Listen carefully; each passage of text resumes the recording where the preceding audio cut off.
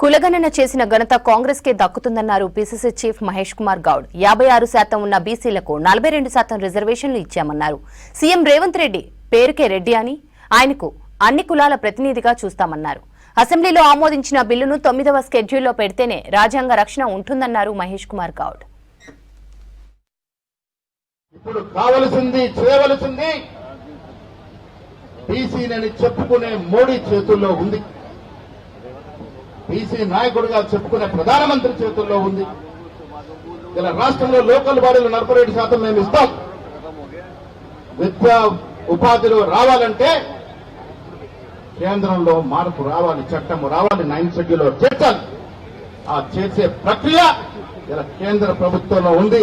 ఆ కేంద్ర ప్రభుత్వం కన్నులు తెరిపించడానికే ఇలా మిత్రులు జాదులు శ్రీనివాస్తో వాటితో పాటే కావాలి ముఖ్యమంత్రి అంతా కూడా ఇంత దూరం బీసీ ఎంపీలు ఉన్నారు బీజేపీలో. తెలంగాణలో రోజు బీసీల గురించి మాట్లాడతారు.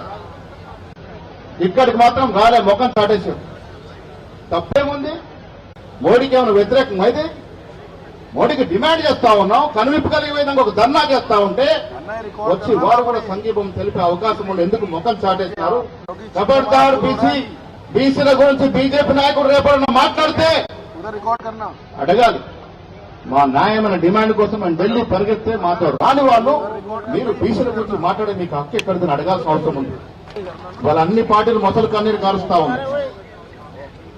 కేసీఆర్ మొసలు కన్నీరు కారుస్తున్నారు, కేటీఆర్ మొసలు కన్నీరు కారుస్తున్నారు, బీజేపీ నాయకులు కారుస్తున్నారు. చేసిండ్రా 10 ఏళ్లు? సాకారం అయిందా? వాళ్ళ రేవంత్ రెడ్డి కదా చేసింది, ఒక రెడ్డి కదా ఈ కార్యక్రమం చేసింది. దాన్ని దృష్టిలో పెట్టుకుని ముందుకు పోవాలి. బీసీల కళ సాకారం అవ్వడానికి ఒక మెట్టు మాత్రమే ఎక్కాము, ఇంకా మెట్లు ఎక్కాల్సిన పరిస్థితి ఉంది. దేశం మొత్తం కదులుతేనే మోడీ జంకుతాడు మిత్రమా. ఆ కార్యక్రమంలో ముందుకు పోదామని రేవంత్ రెడ్డి గారి సహకారంతో మీరు, మేము, వేదిక పైన పెద్దలందరూ కలిసికట్టుగా ఈ న్యాయమైన కోరిక, న్యాయమైన డిమాండ్ ని భవిష్యత్తులో సాధించుకుందామని ఈ సందర్భంగా మనవి చేస్తూ